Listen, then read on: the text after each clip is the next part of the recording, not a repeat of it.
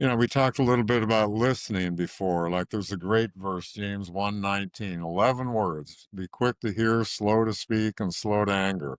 There's so much wisdom contained in that one verse that for coaching or any other occupation in life or any relationship, and I think focusing on those basic truths that you believe and reminding yourself consistently each day, you're still going to make some mistakes. I've made plenty of them. But I know trying to do that has helped me avoid a lot I would have made otherwise. Welcome to the JAMODI Podcast. Today we're joined by the head men's basketball coach at Biola University, Dave Holmquist. Coach Holmquist is one of the most accomplished coaches in college basketball history, with more than 40 years on the sideline.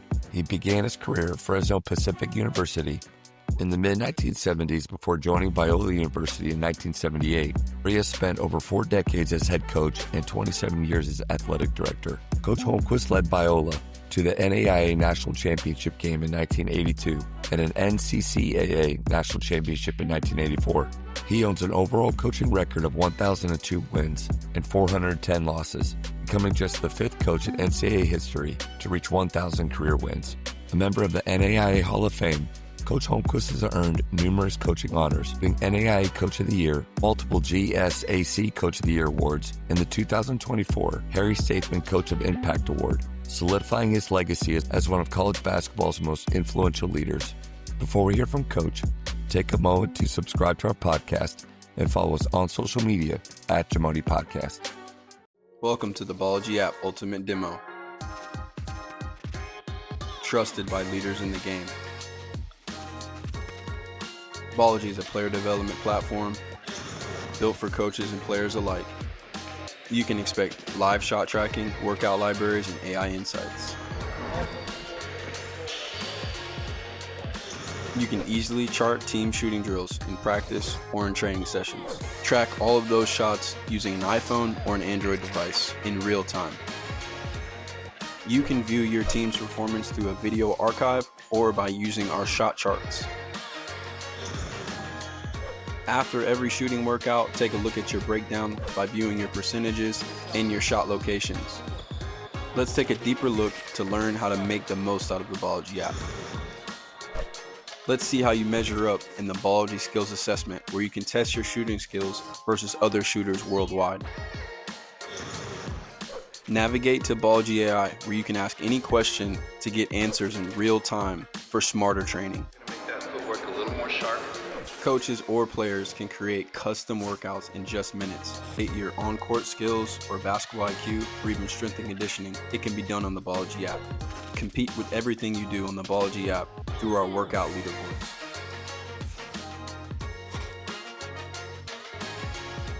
Elevate your game with the Ballology app. Download it for free today. Well, Coach, I just want to, again, thank you so much for giving up your time, coming on here, talking hoops with me. And then also, Matt, you kind of making this happen. And Matt's been able to be on this little hoops talk multiple times, and we get to do camps together. Coach, he's always said the best things about you. And so this is just an honor for me to get to have this time with you. Well, thank you. Appreciate it. Matt, it's good to see you again too, Man, glad to be on here. This is quite an honor for me, and neat to see 2 of my dear friends and people that are just really a big part of my journey together. So this will be a fun night to get to talk. Why don't you tell a little bit about the connection between you two? And because for a lot of people, Coach, this isn't abnormal for me to get to have talks, but the fact that Matt is here is pretty special. So Matt, why don't you explain? So I got to play for Coach Holmquist at Biola my senior year. I transferred out there my senior year, and had a wonderful year out there with him. The basketball was really good. We had a great year, made it to the Elite 8. But I think that piece of the story would be just a real small part of what Coach, I think, did for my life personally in real time while I was out there, and then his continued influence. Stood at my wedding with me, and so he was as impactful on my life as anybody that I've come across. And so learned a ton from Coach, and proud to call him a friend. But we had a wonderful year together that I've just enjoyed continuing to to have a friendship with him. So I need you to be honest here with me. What kind of player was Matt? Matt was an excellent player. He played 1 year. He was our point guard. He was a real good player, but even more than that, he was one of the best leaders I've ever had, and I've been here a long time. And he would say the word teammate with more meaning than anybody I think I've ever had. And he would work with guys on the court. Had one player who was struggling a little bit academically. He worked with him, and he was just a great teammate, a great leader for us, and a very fine player. And he had the beach muscles too. I've He did. seen He had all pictures that, of him yeah. with some flowing hair and these big muscles, and you lost that, Coach. You lost those things. Both. That went away. Matt, one thing you said that jumped out at me was that he was at your wedding.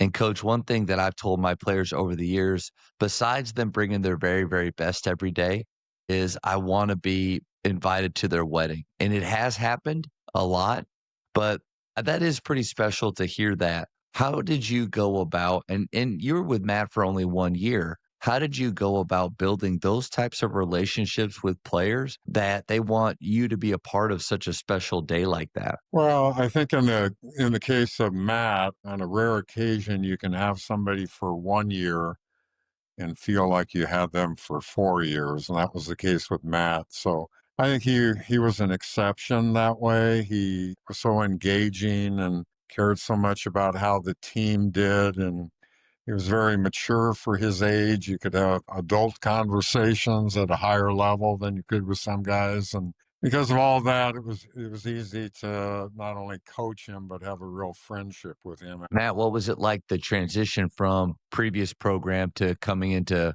such an established program with Coach? You know, that was kind of one of the neat pieces of the story was Coach had been inducted into the NAIA Hall of Fame during my career at a national tournament that I was playing in. And so I knew who Coach was, but didn't get to ever start visiting with Coach until I was heading out there. And, one thing that Coach, I think, did, and I came to appreciate as I got older and got into coaching was he's one of the best listeners I've ever been around. And I think Coach always had time and allowed me to come into his office and really talk life. And I was working through trying to become the Christian man that I was trying to become. And he was such a wonderful influence in those areas. But I think his wisdom was always something that he shared freely with me. But the way he listened, I think it was such a neat. I learned a lot from just continuing to try to be a better listener. I think we all can state our words and jump in, but he did just an incredible job of that, and I think we were able to really build a great relationship. But I would give a lot of credit to just the time that he gave me. Coach, you've had this amazing career. I'm only 19 years in, and I can't imagine what it. And I'm not trying to call you old. That's not what I'm doing by any means. Right. So, but just such an amazing career, seasoned, and staying in it that long. I would imagine you have just some incredible daily habits that kind of set you up for success. What have some of those been throughout the years that kept you going so strong? I think one of the things I try to do, I try to read some every day. And I think the value there is you learn some things and it helps you with leadership. But I think it also detaches you from the game a little bit in a healthy way. It takes you away and refreshes you a little. I think if you're thinking basketball all the time, every day, it just wears you out. It would be hard to do it very long. So books for me has been a way that I can get to another place and enjoy that and then come back to basketball, so to speak.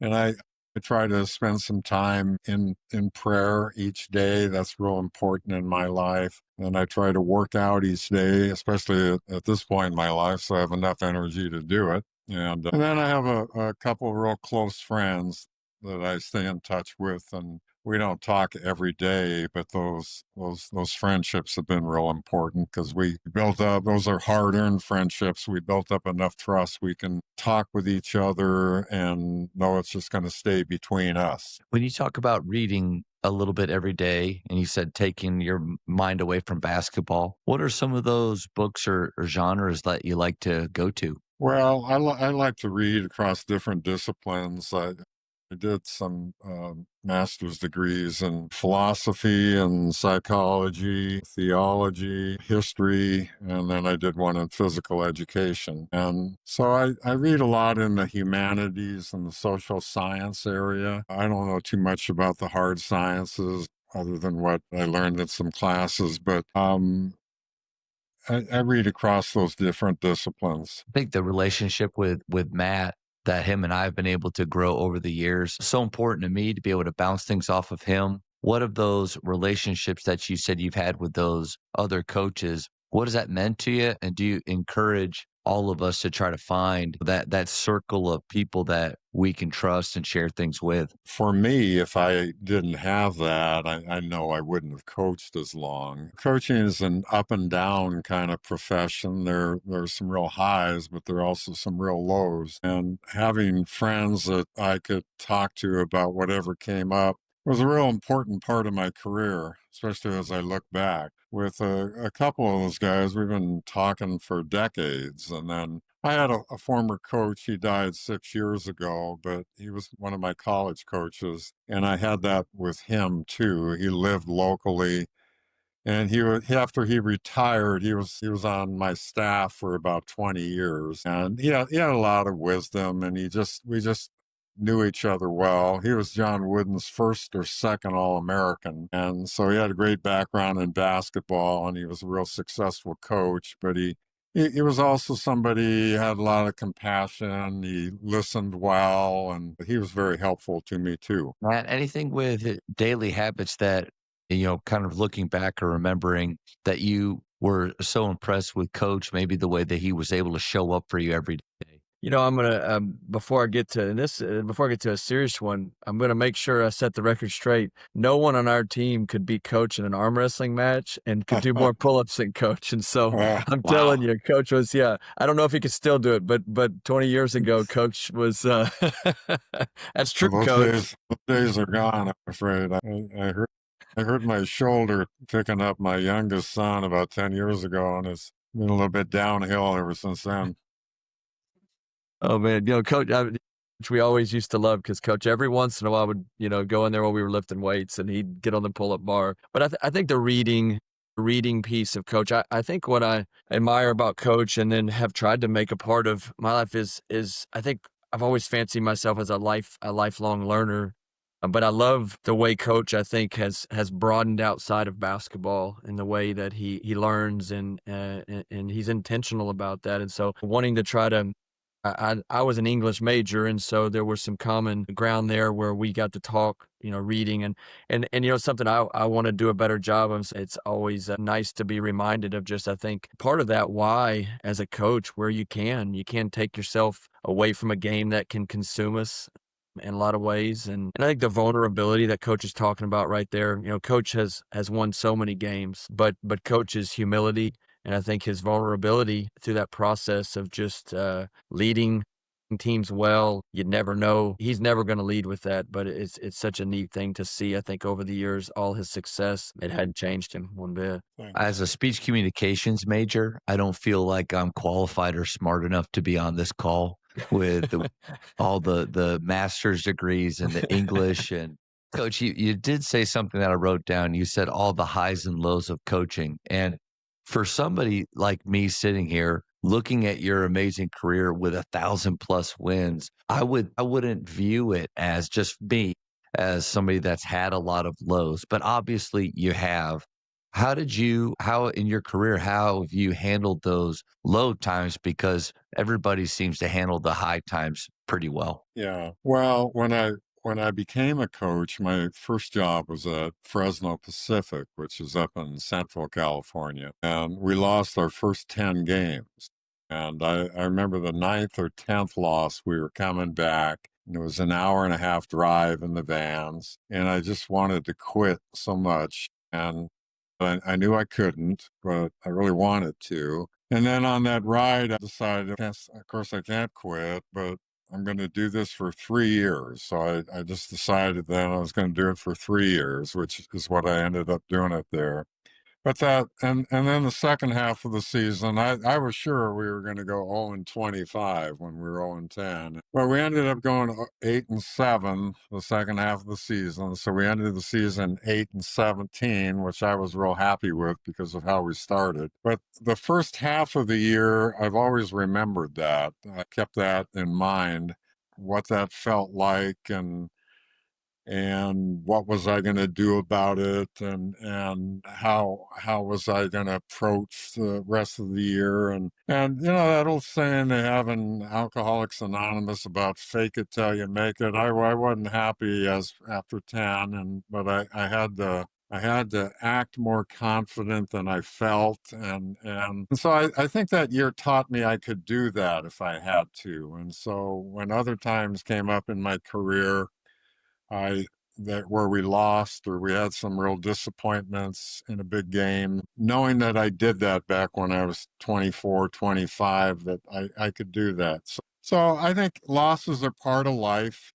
You have to learn to handle them. If you're going to coach, you certainly have to learn how to do that, because it's going to be part of your coaching life. And I think as a Christian, you also have to look at it in terms of, what can I take from this? 'Cause when I have grown, some people can grow, I'm sure, without doing, but I've had to suffer in order to grow. And I think coaching can teach you a lot of things that way. We talk a lot about humility, and I think sports teaches that with all the injuries and the 1-point losses and all the different things that can happen. I think it lends itself to really thinking about pride and humility and which path are you going to take day by day. And so I think coaching, as I look back, I didn't enjoy them at all at the time, but those losses were, they all weave together to be good for you. Hard to think about that or realize that when you're in the middle of it. Oh, And I yeah. think life is a little bit like that. My 20s were a mess, Coach. I was not living very well during that time. It's kind of around the time I met Matt, so it's thankful we're still friends. But now, being in my 40s, I can look back and I can see a little bit more of the why, or what I learned from that, or how God was actually using that adversity or my poor decisions to teach me and to mold me in certain ways. I think it's a great point about perspective. Humility is one of our standards at Midway, but that perspective word, I think, as believers, and Matt has wanted to have more of these talks based on what it is like to be a a coach and a believer, or a Christian coach. I think one of the big things is that we should handle losing well, Yeah. because we have that perspective of this isn't it. Right. There's more to this life right now than we have right now, and there's definitely more to these games. But I don't know, Matt, have you gotten better at handling that? Your teams win a lot. I don't think losing is something you ever, nothing tastes as good, nothing's as enjoyable. Losing's hard. But as we've talked about, I think there's what I've really tried to remember on a personal level, and not let myself get in the way of this process of what we're trying to do with our teams and these kids we're getting to coach, is their value when they do come up short. I think that's something, I think it can become such a self-centered, losing can become very self-centered, and it can challenge ego. It can challenge all the things that we do struggle with as coaches, as we talked about with our teams being a reflection of us in this way that we kind of create it. But I think the young ladies I'm coaching, if they can know their value in the Lord's eyes, and they can know their value in chasing their best here,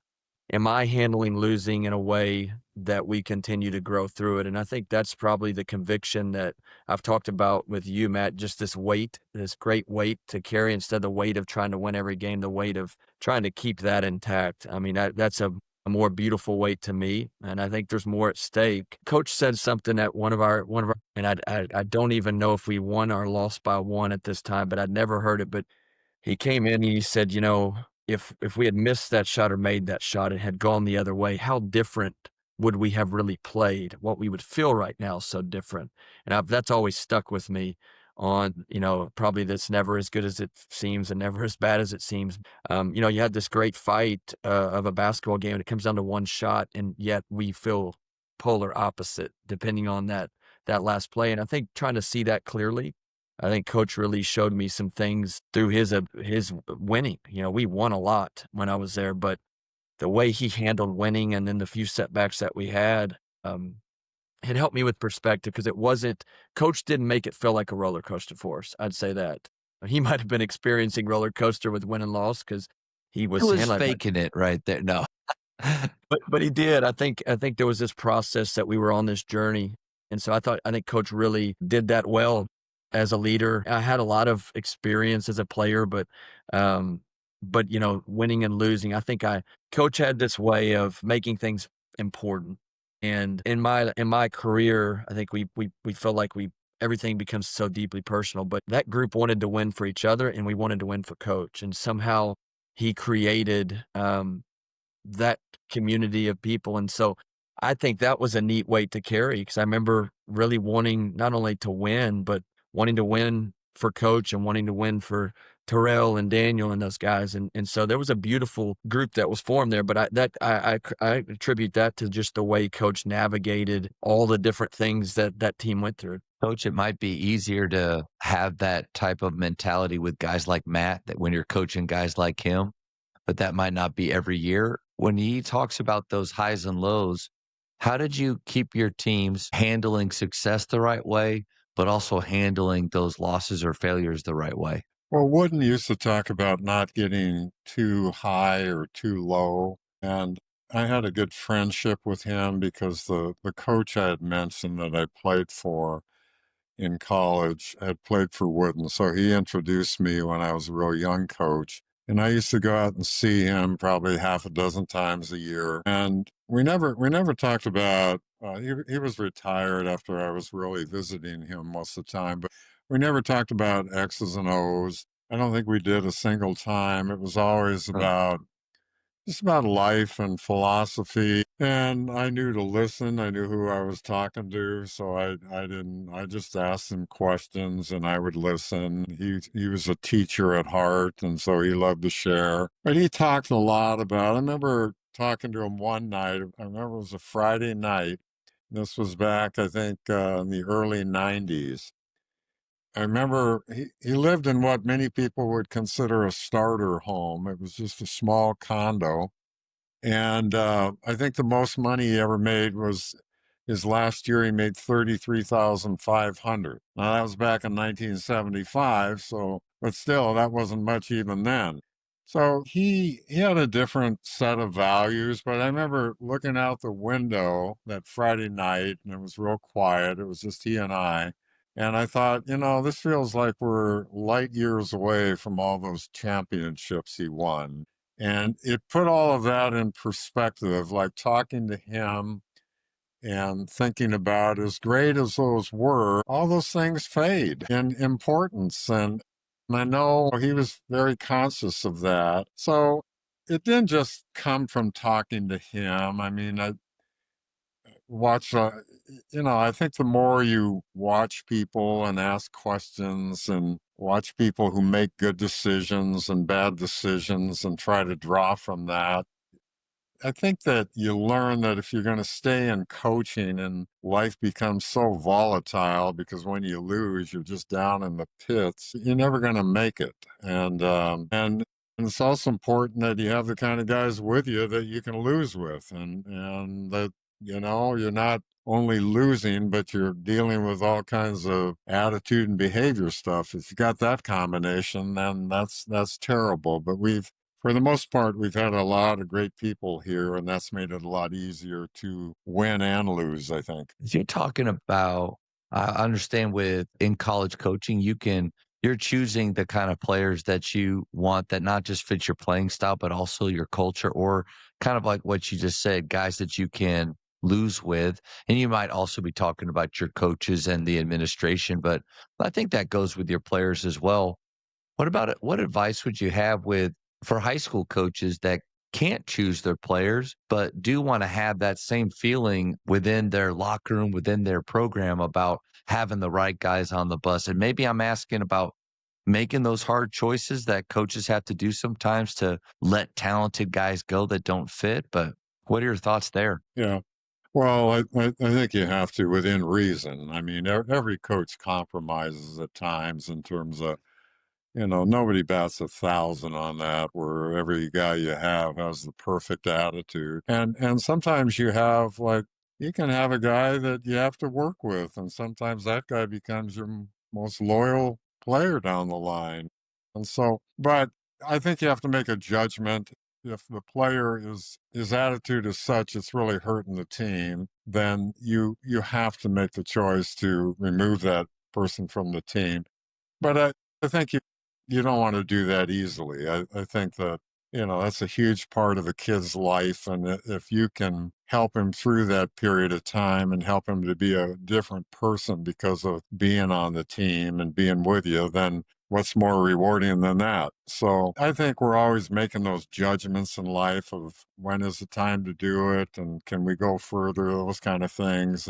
But high school guys have it so hard because parents have so much power and influence now. It's so different than when I was a kid. And I never coached high school. I have great admiration for somebody who coaches high school and has been able to last for a long time and have a good program, because I think I think they have far more challenges than I do. If I have a parent who gives me trouble, I'll just sit down with him, and if need be, we can bring his son in and say, where do you want me to call? Well, I'll help you go somewhere else. This isn't working. But you can't do that in high school. So I've always felt I had a much easier job than a high school coach does. Matt always had one of my favorite Coach Garnett isms is the players have to be better than their problems. And I don't know, I just always love when you said that. I don't know if that stems from your college coaching, Matt, but I guess kind of the same idea or question to you about creating that group or that team, that locker room that you can win with, but more importantly, you can lose with. You really have to guard the gate, so to speak, when you recruit. I've made mistakes. I've been here. I think this is my 46th team. And so I've had a lot of teams, and I can look back when I've made some mistakes. And sometimes you have to relearn what you already know, but it's not worth it. Even if you win a couple more games, you feel like you hurt the other players on the team, that they were cheated in some way because of, taking a chance on this or that guy. And again, you have to I've known guys that might not have had a great attitude, and where they were before, they struggled, but they really respond. And if you sit down and spend time with them, they really respond. But then you can have someone else who doesn't, and that guy hurts everything, and you just can't have them on the team. It's humbling when you say your 46 teams that you've been a part of, because behind my computer here, I have from my previous school. Matt and I are both starting over at new places this year, but at my previous school, I have my 12 teams, Coach, that I've had. And I look at those teams quite a bit, and my eyes typically go to some of the mistakes that I made, or relationships or players that I didn't handle the right way. And so I appreciate you saying that, we're all going to make those mistakes. But then I find myself sometimes thinking, I should know this by now. Like, why am I making the same mistake again? But maybe that's a nugget that you said that you have to continue to, like, I think you said, relearn or remember Yeah. to do things again. Yeah, and I think like something I learned from Wooden, and this was back.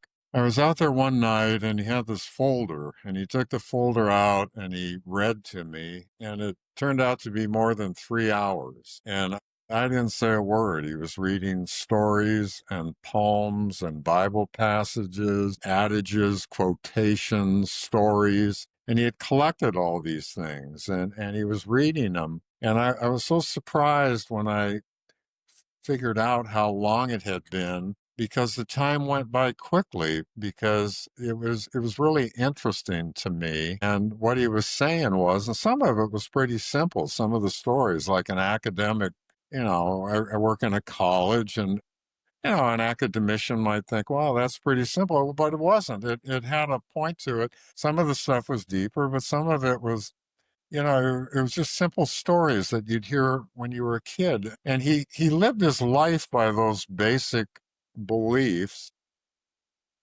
And so one thing I've tried to do, and made a lot of mistakes with it, but what I've tried to do, what I took from that is that you need to refresh yourself constantly about what you believe. You have to remind yourself because we get distracted and we forget enough to make wrong choices. So you have to just keep reminding yourself, like he did with all that material he had gathered. We talked a little bit about listening before. Like there's a great verse, James 1:19, 11 words. Be quick to hear, slow to speak, and slow to anger. There's so much wisdom contained in that one verse that for coaching or any other occupation in life or any relationship, and I think focusing on those basic truths that you believe and reminding yourself consistently each day, you're still going to make some mistakes. I've made plenty of them. But I know trying to do that has helped me avoid a lot I would have made otherwise. Matt, I'll kind of send it to you. I think that hearing Coach talk about that, I think one of the things I experienced as part of the program, then just getting to be a fan of the program and a supporter of the program since I've left, there is this beautiful simplicity to the way Coach runs the program. And I think that's another thing that has really impacted me. And I think you go to like, what do you want your program to be defined by? What do you want to be great at? But I think that is such an important part of it. We're never going to get away from the values of what we're trying to do with our programs, or who we're trying to be as people and who we're trying to be as followers of Christ. And I do think that I experienced that. I think that's something that, Coach was really successful. And then they went through a transition to Division II, and he's found a way to be really successful in Division II. And you just don't see people navigate how challenging that is. Like, that's a hard thing to go through. And it didn't make anything easier at a point in Coach's career where at any point he could have decided he didn't want to do this anymore. And so I think it goes back to the pillars of Biola basketball, whatever those would be if we wanted to list them. I think they've been lived for so long, but I think it goes back to that simplicity of this is who we are, and this is, whether now we start tactically talking about offensively, the way we're going to take a great shot every possession, we're going to value that. And I think it was just a part of the experience out there. And I think the neat part of that is, I think people are always looking for the secret sauce, like what's the most innovative new thing out there that's going to give me the edge. But I think it's a conviction to the basic principles of who you are, probably individually as a coach, and then, who you're going to really stand for within your program. And I think that's Coach, that's a wonderful way, I think, to describe what he's done so well there, is the simplicity of just the heart of it. Matt used the word pillars, and I love that word, or standards. People say that word culture nowadays, and that word culture is thrown around so much. But it's the way you show up every day. Coach, the pillars that you've had in your program, have they changed a lot over the years, or have they, for the most part, remained the same? I think they've remained the same. I was around some great coaches when I got into coaching. I was very fortunate that way. I think from the beginning, I felt like rebounding and defense were the two areas of the game that not only helped you win, but brought a team together, because there's sacrifice involved with that. Kids daydream, or go out in their driveway after watching an NBA game, and dream about hitting the big shot. But nobody goes out there and practices a defensive slide, and that's just not natural. And so, so the defense and the rebounding part, that has to be taught. The coach has to influence that, and you have to teach a lot on offense too. But you don't have to teach people to want to score. And I've just felt that, like, if you can really emphasize the defense and the rebounding, the physical part of the game, it will draw a team together. And the spirit of a team, when it comes to a win-loss record, the most important thing is talent. But after talent, the second most important thing, I think sometimes as coaches, we can get this confused. We can think about what offense we run or what tactics we use becomes the second most important. But the second most important thing is the spirit of your team. And we've always taught guys that you want to play for your teammates and your coaches because they will remember things that happened 10, 20, 30, 40 years ago, whereas people who come to the game, for the most part, they won't even remember tomorrow. And so this whole thing of trying to connect a team and build that kind of spirit and camaraderie, Matt understood this as well as any player I've had. And I know he coached that way because you could tell when he was 22 years old, he was going to live his whole life that way. Those have always been pillars, the defense and the offense.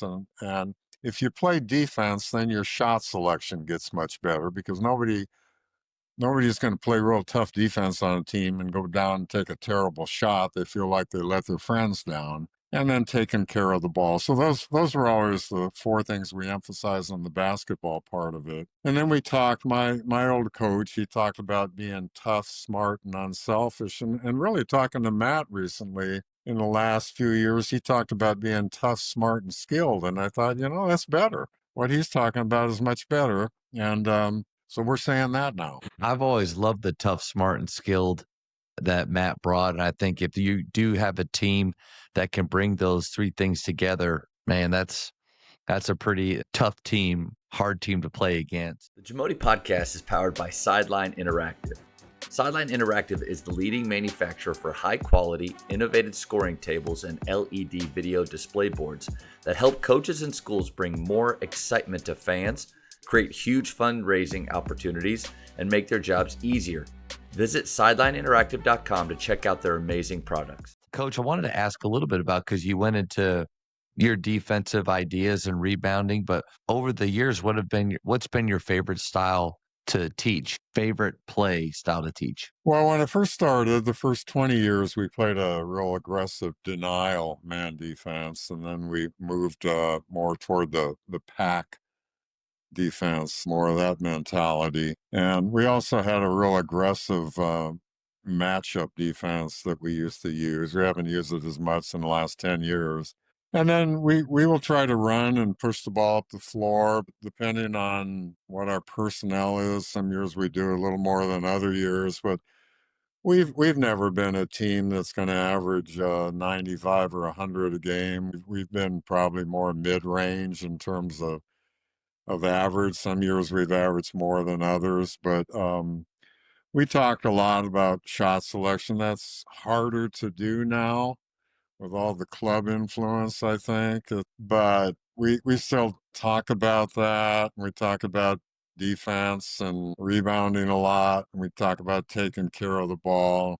And we talk, we want to score in the first 10 seconds. If we don't score in the first 10 seconds, we're probably looking to score more in the last 10 seconds of the clock than the middle period. Can you go a little bit more into that? I get the first 10 seconds. Why middle or last part instead of the middle period? I just think it takes, against a good defense, I think it takes a little longer to try to break the defense down enough to get a good shot. The difference between a team shooting 44% from the floor and 49% for that game is probably the difference in winning and losing. And I just think that, you can't wait too long. You don't want to wait till the last 3 or 4 seconds and force a shot.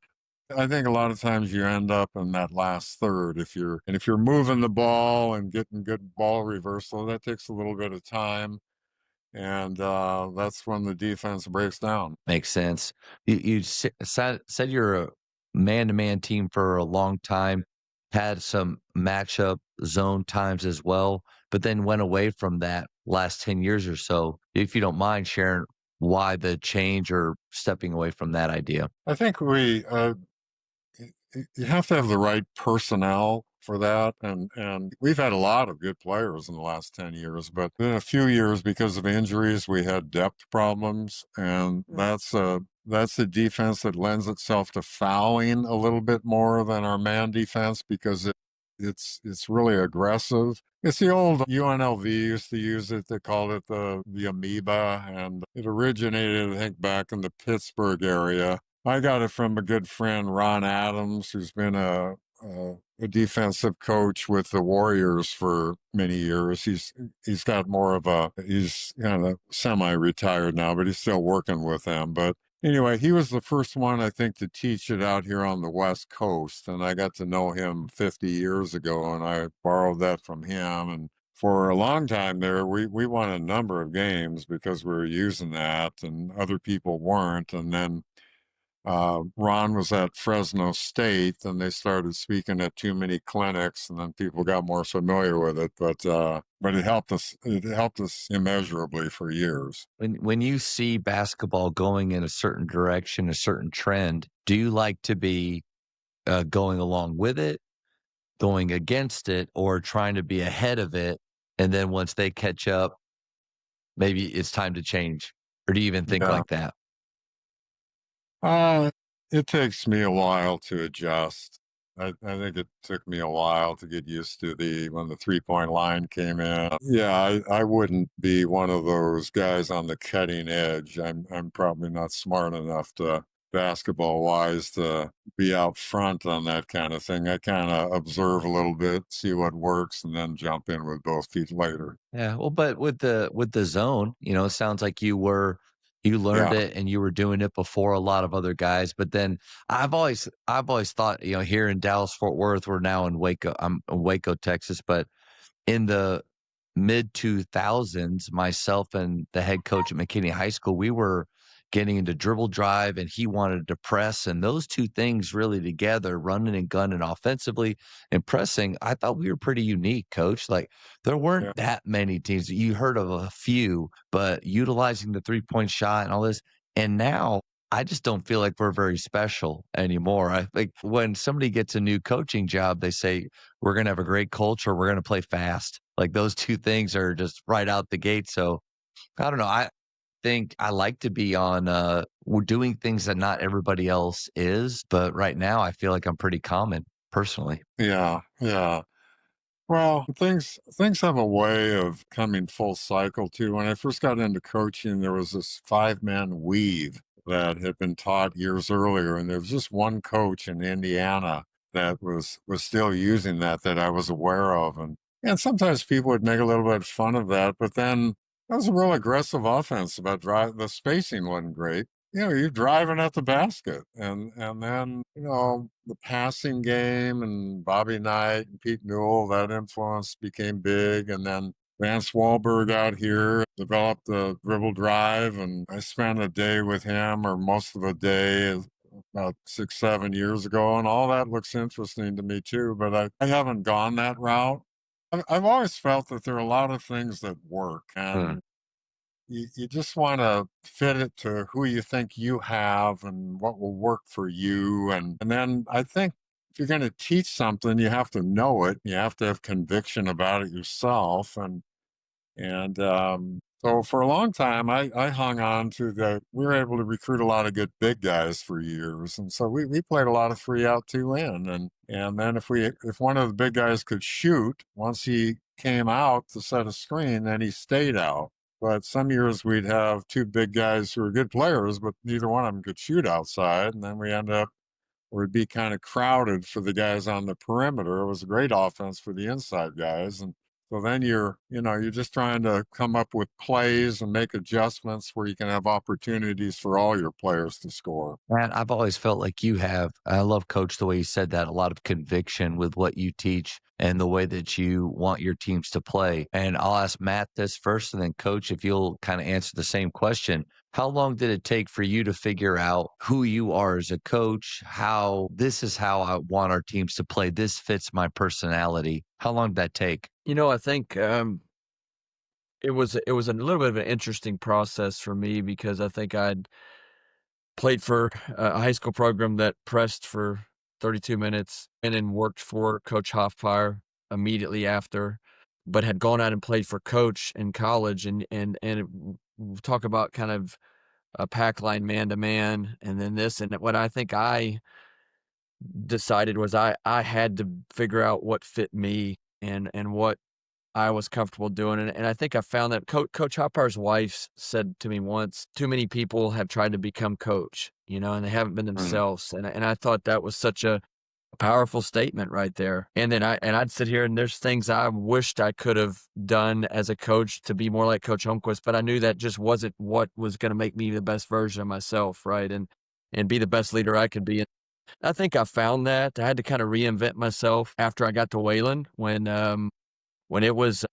we weren't very good that first year, and I had to figure out what would work at Wayland with the guys I could recruit, the guys we could get there, and had to shift the way I wanted the game to be played. And I truly, I couldn't coach the game, please anyone else besides what would make that team the best. And I think that's when I really started to find what I wanted to be as a coach, and but it came out of suffering. It's kind of neat that Coach said it came out of just a difficult year, a difficult year of trying to come into a new program. And so I think that shaped, but you probably have to go through some of that difficult time in order to find what you want to be about. And I think as coaches talked about, winning and losing with personnel. And then at the end of the day, we talked about this other day with my team now, we're all in. If we have a healthy season, we may be really good this year. And if we have the wrong injury, it may not, but I don't want to play it safe. We need to go all in on what could help us to reach our ceiling and can make this story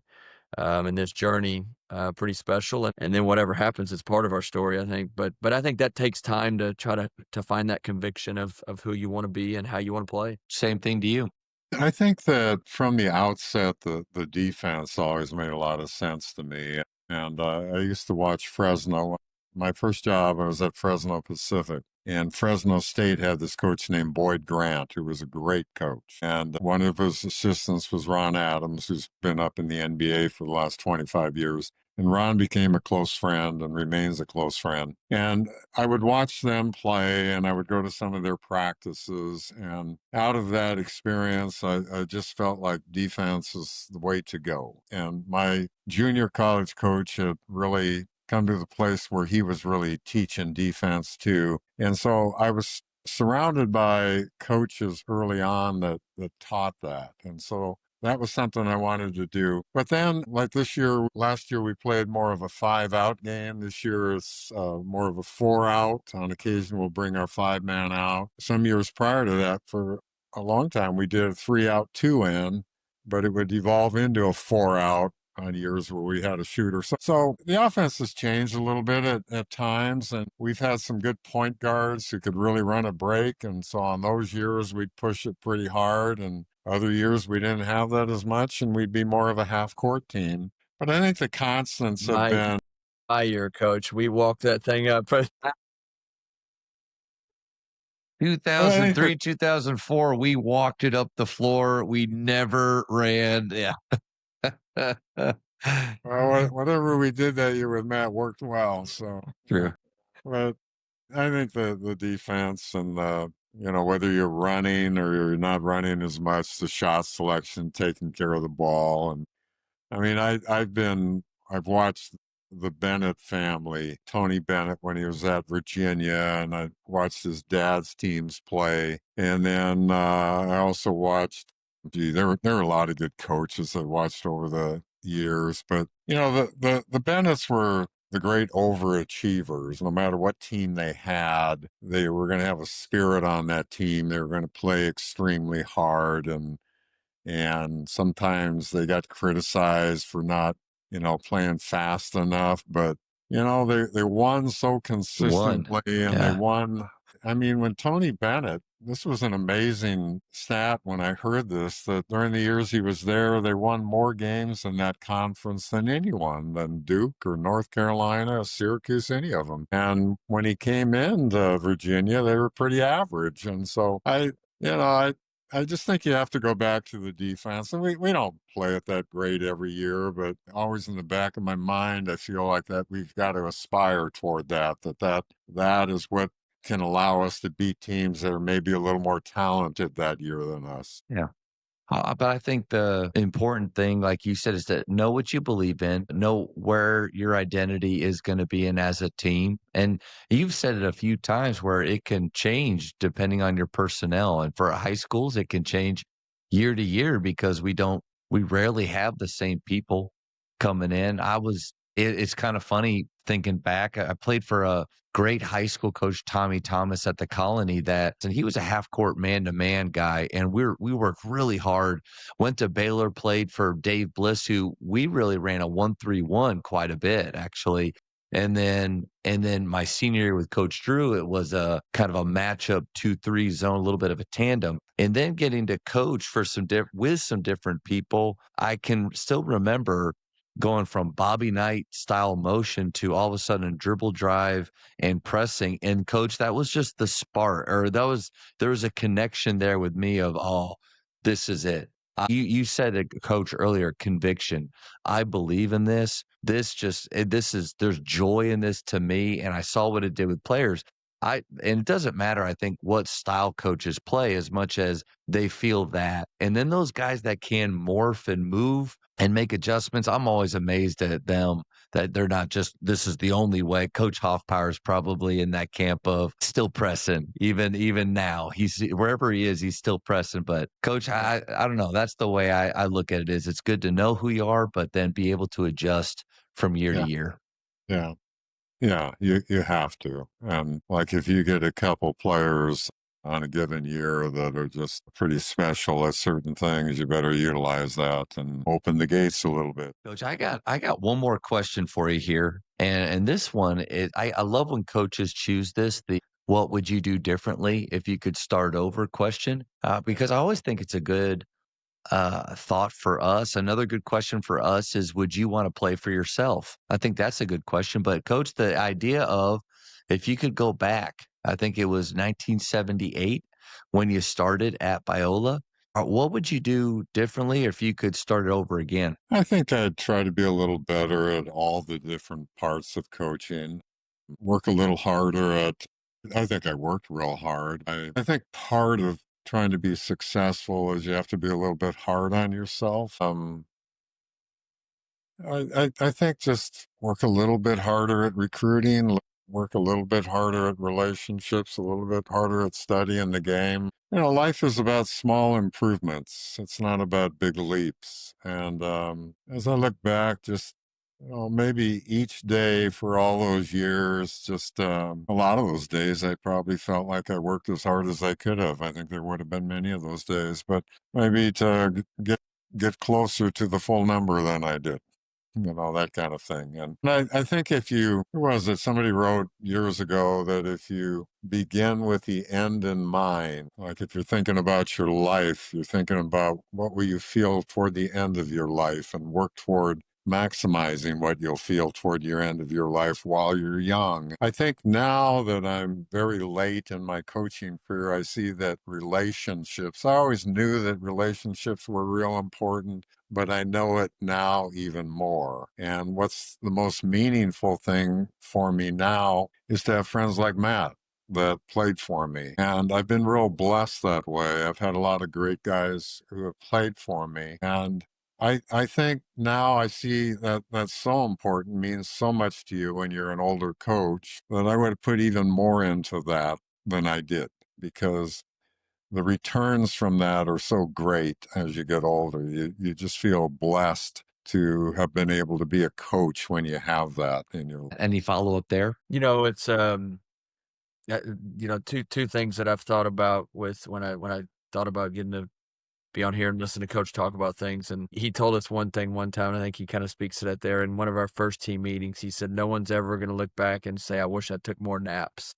We want to work really hard at this. And I always loved that one there. I thought that was really good. And then I think the second thing that when I hear Coach just talking about his careers, and I said this earlier, but just the way that he made moments feel important. We didn't have a goal board where we had a certain number of turnovers, but by the end of that season, we were in that locker room talking about turning the ball over 10 or less times that game. There were this way that instead of making it something that was just posted from the beginning, it became important to us. And then I think it became real to us, there. And, but Coach always had a neat approach. We were I'll tell one quick story. We were in Fresno, coming back from Fresno Pacific, and thank goodness we won by 2 because we had to drive through the whole night on the way home. But there was a little ice on the grapevine. Like there was a little snow up there. And I remember thinking, I'm from Texas. We don't do good with ice. And I know they don't do good with ice in California either. And Coach, he may not remember this, but he in the gas station there on top of the grapevine, he said, we just got to treat this like a mission, guys. Like we've got to find a way to get over this and back home. And I remember thinking, man, there's kind of a beauty to just like treat every moment like it's got a lot of purpose, and it was kind of Coach being funny, but those are those things that really stuck with me, that were really neat. I think that we're actually shaping how I wanted to live my life, and so it's I hear Coach say that, but I think hopefully I hope that there's players out there that we've had this journey with that I can feel just as grateful as I do tonight that the Lord opened that door to allow me to have a year with Coach, because I think at the end of the day, no one knows what any of the three of us are doing, with our teams right now outside this circle much. And so what are we really doing with this journey? And I think that sums up Coach's influence on my life. And so just a neat to hear him talk tonight. So I appreciate as always, Coach. Man, what a great reminder. Coach, go ahead. Well, I think one of the great possibilities of being a coach is that you get to be a repository of memories for your players. And so, especially when they have kids, like Matt's girls, when they're at an age when I see them, I can brag to them about Matt. And I love to do that, like with former players to especially with their families, especially when it was someone like Matt who gave so much to the program, that you just enjoy that so much that you can tell stories about how good they were and what a great teammate they were. And that's one of the great things about coaching is you can bear witness to a person that you coached and you can tell all those great things about him to the people that matter most in his life. Great points there. And I was gonna say, I think it's a great reminder too, to Coach, you never know what thing you're gonna say that sticks with somebody. Because I think out of all the things that you ever told Matt, did you think the one he would bring up would be the one on the van when it was icy at night? Like your Coach Holmquist is thinking, I said so many great things to you.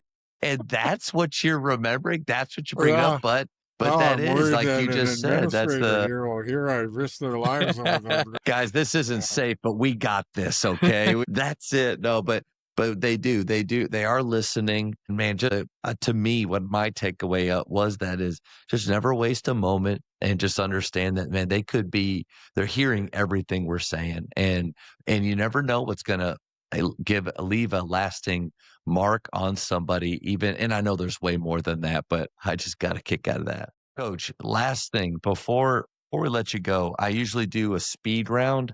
These are quick questions, kind of first thing that pops in your head. I think Matt would get a kick out of this, and the hundreds of thousands of players that you've had and that you've been able to influence. You ready for this? I hope so.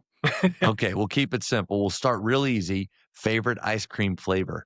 Chocolate chip. Okay. Now, are you a big ice cream guy, or is there another sweet that you go for? When I grew up, I ate it all the time, and that was my favorite, but I haven't had it in about 45 years. Good for you, Coach. My wife doesn't allow us to have it in the house because if it's there, I will find it and it'll be gone. So that's incredible. Okay. Greatest shooter of all time. Of all time, I guess Curry. Okay. I agree. Ooh, do you stand up or sit down more during games? I stand up. I stand up just about the whole game. Always been that way. Yeah. Yes.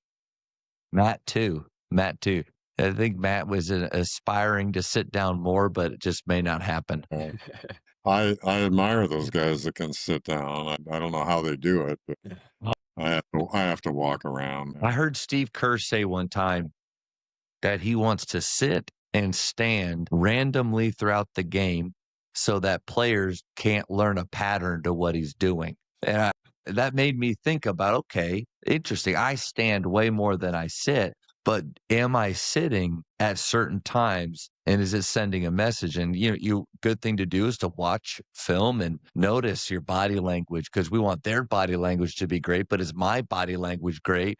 And coach, I noticed that I wouldn't yell at our guys for missing great shots, but I would go sit down when they miss great shots. And you do that enough times, all of a sudden it's a pattern, and coach is upset. He went and sat down. So it's just something I think about. I may try that. All right. This is one of my favorite questions. Top 3 dinner guests that you like to have any time period, can be outside of sports.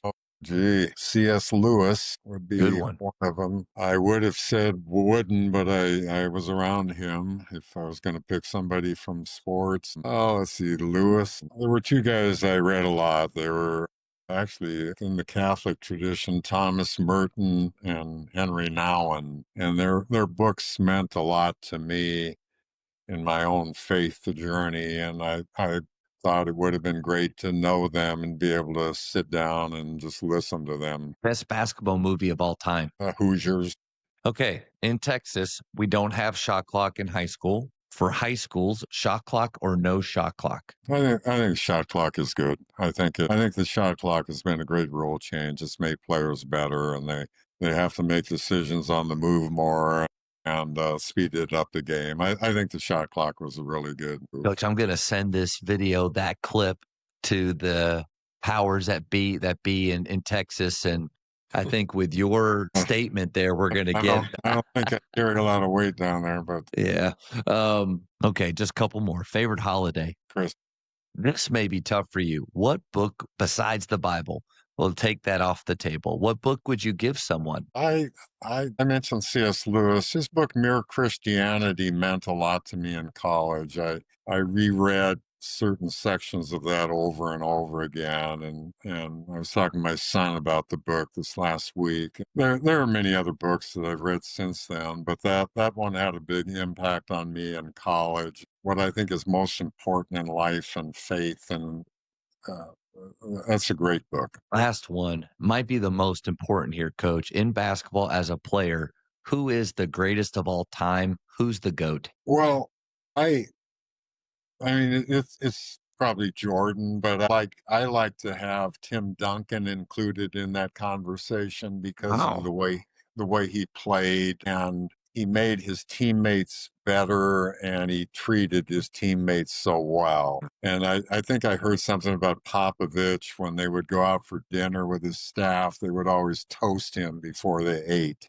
And I thought, what a great thing that a coaching staff would think that highly of a player, that they would do that.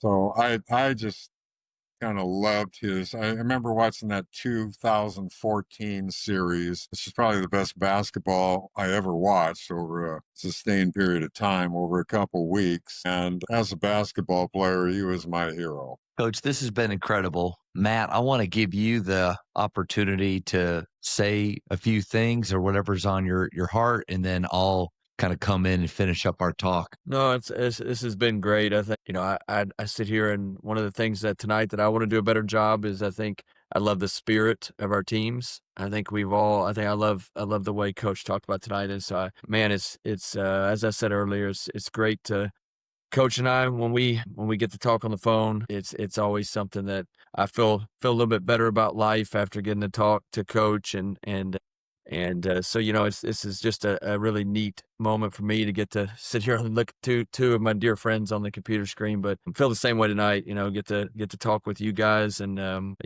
blessing to have both of you a part of my life, and then hopefully I can say this with a lot of the things that we're doing in life, we're just better for our time together. And that's the way I felt about tonight. So appreciate both of you. Well, I feel very grateful to be on here, to Matt Seaman, to meet you.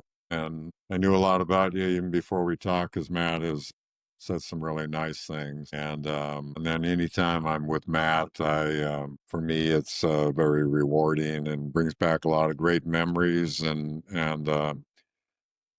the kind of dad and husband and professional he's become. I knew all of that 20 years ago. I had no doubts what he would be like. And so that's what kind of guy he was, what kind of teammate he was on our team. This has been such a special night for me to be a part of, just to get to see both of you together.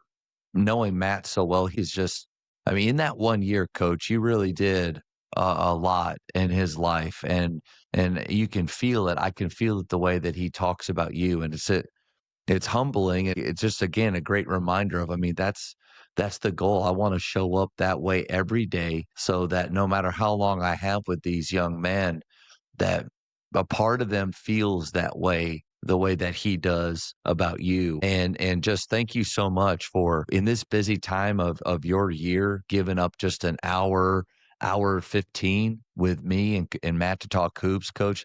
This was an absolute honor for me. Well, thank you. I'm grateful that you asked me on and appreciate it very much. Thank you for checking out today's episode.